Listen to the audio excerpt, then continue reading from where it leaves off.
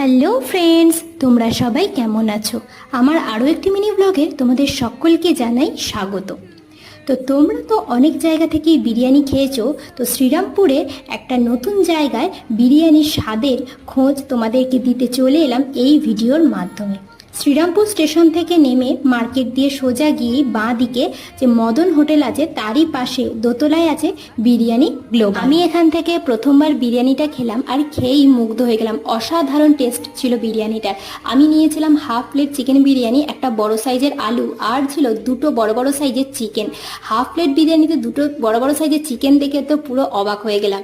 আর নিয়েছিলাম এগ বিরিয়ানি, এটাও হাফ নিয়েছিলাম। এখানে হাফ ফুল দুটো আলাদা আলাদা প্লেট এখানে পাওয়া যাচ্ছিল। আর ছিল রায়তা, স্যালাড আর স্যালাড। তো সামনেই মাহেশের রথ আসছে, তো তোমরা যারা যারা শ্রীরামপুরে ঘুরতে আসবে অবশ্যই এই বিরিয়ানি গ্লোবাল থেকে বিরিয়ানিটা ট্রাই করো। টাটা।